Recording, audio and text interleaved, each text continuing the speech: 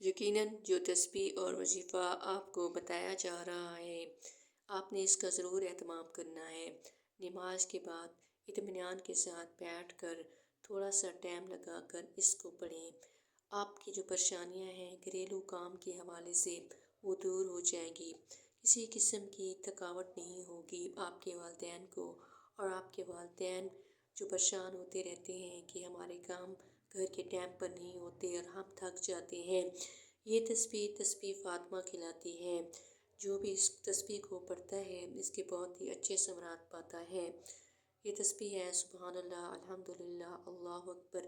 اس کو پڑھیں اور اس کے اچھے ثمرات پائیں۔ اگر یہ اچھی لگے تو کمنٹ سیشن میں ضرور بتائیے۔